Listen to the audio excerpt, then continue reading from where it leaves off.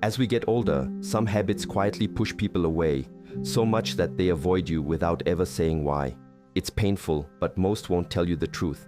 Stay until the very end, because the last habit you'll hear is the one that destroys connection the most, and fixing it changes everything. Aging scent. We live in a world that is deeply, almost pathologically, afraid of the passage of time. It is a quiet, undeclared war fought in the privacy of our bathrooms, in the hushed whispers between friends, in the expensive creams and complicated concoctions we apply in the desperate pursuit of a self that no longer exists, the self of yesterday. This collective fear casts a long, dark shadow, and within this shadow, the most natural of our body's processes become twisted into sources of profound anxiety and shame. We are relentlessly taught to see the body's inevitable changes not as a beautiful map of a life fully lived, but as a series of accumulating failures that must be hidden, corrected, or erased. A wrinkle is not seen as a line of laughter or worry. It is a flaw. A strand of gray hair is not a thread of silver wisdom. It is a flag of surrender. And so, it is no surprise that a subtle change in our body's natural scent is treated as the ultimate personal failing, a deep and secret mark of uncleanliness. This is a profound and damaging misunderstanding. It is a narrative of fear, one that we have been sold, not a reality of biology.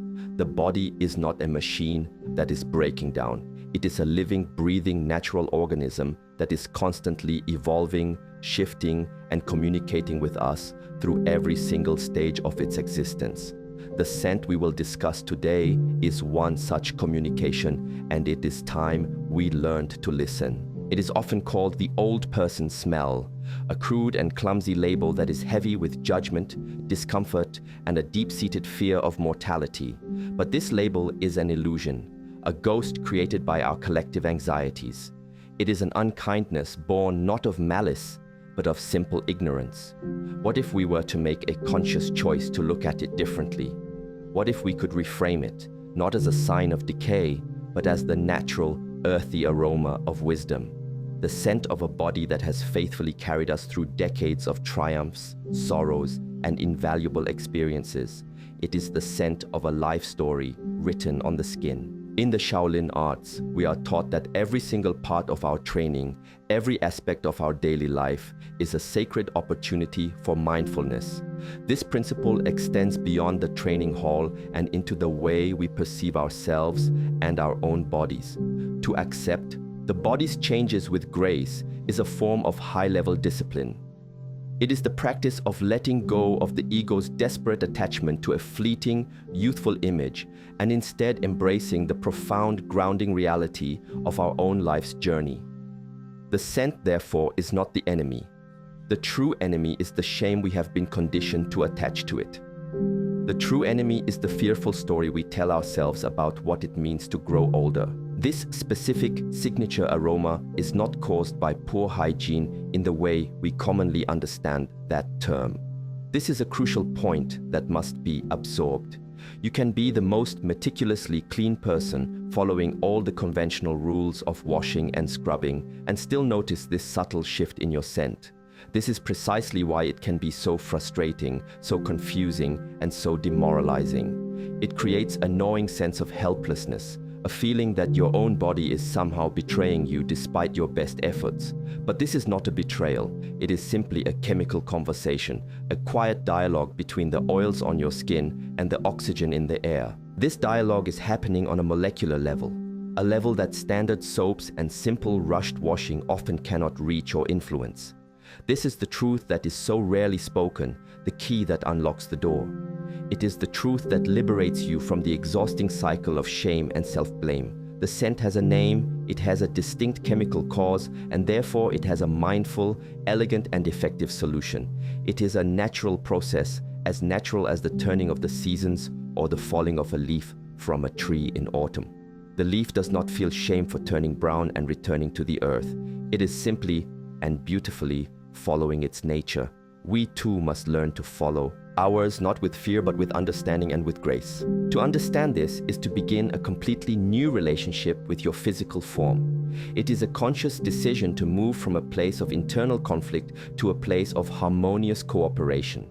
Your body is not your adversary in a battle against time. It is your most loyal and steadfast companion on this path we call life. It has been with you from your very first breath and will remain with you until your very last. Does such a faithful companion not deserve our deepest respect, our most tender care, our patient understanding? When we are young, the body is astonishingly resilient, its systems are robust, and it readily forgives our neglect. It bounces back from our poor choices and late nights. As we age, it begins to ask for more from us. It is not a demand, but a gentle request. It asks for our attention, it asks for our mindfulness, it asks for a more conscious partnership. This change in scent is one of its ways of asking. It is a quiet knock on the door, inviting us to learn more about the intricate vessel that carries us, to tend to it not with frantic fear, but with the steady, compassionate hand of a dedicated custodian. The first step in this, as in any mindful practice, is always the same: to observe without judgment, to simply see what is, without the distorting filter of what we wish it to be. So let us together set aside the heavy cultural narratives of shame and fear, and let us look with clear and curious eyes at the simple, elegant biology of what is truly happening. Body's chemistry. The human body is a self-contained universe of breathtakingly intricate processes. Every single second, a silent, complex symphony of chemical reactions takes place within us, maintaining balance, creating energy, healing wounds, and sustaining life. We often take this profound complexity for granted, moving through our days without a single thought for the miracle that we are. We do not appreciate this symphony until something shifts, until a new state of being emerges and commands our attention. The change in our skin's scent as we age is a perfect example of this natural and fascinating shift. It is not a random occurrence. It is a predictable, well-documented biological phenomenon. The origin of this specific scent is a single chemical compound called nonenal. To be more precise, its scientific name is 2-nonenal.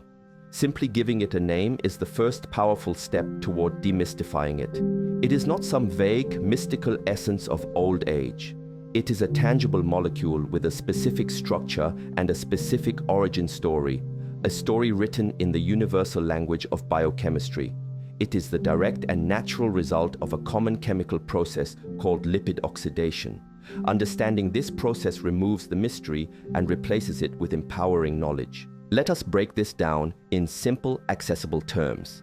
Our skin, the largest organ of our body, naturally produces a complex mixture of oils, which are scientifically known as lipids. These lipids are essential. They form a delicate, protective layer called the acid mantle, which keeps our skin hydrated, supple, and healthy. On the surface of our skin, we also have a unique blend of fatty acids, including a particularly important one called omega-7 fatty acid. When we are young, our skin has a powerful and highly efficient antioxidant defense system. You can imagine it as a vigilant, well-trained army of guardians, patrolling our skin and protecting these delicate oils from damage. This internal system of antioxidants tirelessly neutralizes free radicals, which are unstable, rogue molecules that can cause oxidative stress and damage to our cells and lipids. This is the body in its prime, a veritable fortress of resilience. However, as we journey through the decades of life, the body's natural production of these antioxidants begins to gradually decline. It is a slow, natural, and universal shift. The walls of the fortress become a little less fortified. The guardian soldiers become a little less numerous. This is not a failure. It is a fundamental, programmed feature of the aging process itself, as natural as the lengthening of shadows as the sun sets. With this inevitable decline in antioxidant protection, the lipids on our skin, especially those omega-7 fatty acids, become more vulnerable to the process of oxidation.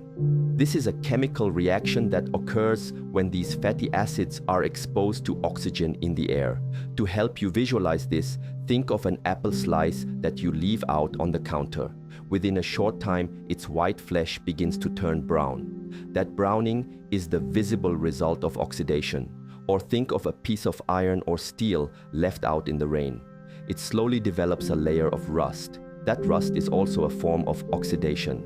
A similar, though far more complex and invisible, process happens on our skin. The omega-7 fatty acids, once diligently protected by our internal antioxidants, now begin to break down or oxidize when exposed to the air. As they oxidize, they decompose and transform into other simpler chemicals. One of the primary breakdown products of this specific reaction is the molecule 2-nonenal. This molecule has a very distinct and often described as unpleasant, greasy, and grassy odor. This is the scent. It is not the scent of being old or unclean. It is the chemical echo of a fundamental biological shift. It is the smell of oxidation. What is absolutely crucial to understand here, the piece of information that changes everything, is that nonenal is an oil-based or lipid-soluble compound. It is not water-based. This is the key that unlocks the entire puzzle. This is precisely why conventional hygiene practices can, and often do, fall short. Most common soaps and body washes are designed to be excellent surfactants for water-soluble substances, things like sweat, surface-level dirt, and everyday grime. They are incredibly effective at this task, but they are not always effective at breaking down and removing stubborn, sticky, oil-based compounds like nonenal. So, you can wash diligently every single day, removing the water-soluble sweat and surface bacteria, but you can unknowingly leave behind the very molecules that are creating this specific scent. It clings tenaciously to the skin and even to fabrics because its chemical nature is fundamentally different from the things we are accustomed to washing away. It is not a matter of washing more frequently or more aggressively, but of washing with a different kind of understanding. It requires a different approach, a different tool, and a different mindset. This knowledge empowers you. It moves you from a state of frustrating confusion to one of crystal clarity. The problem is not a lack of effort. It has always been a lack of the right knowledge and the right technique.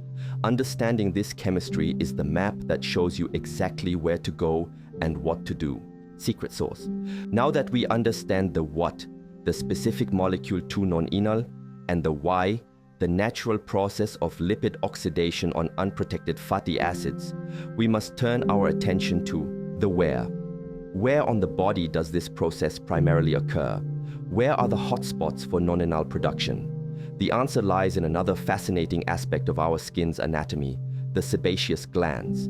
These are microscopic glands embedded in our skin that secrete an oily, waxy substance known as sebum.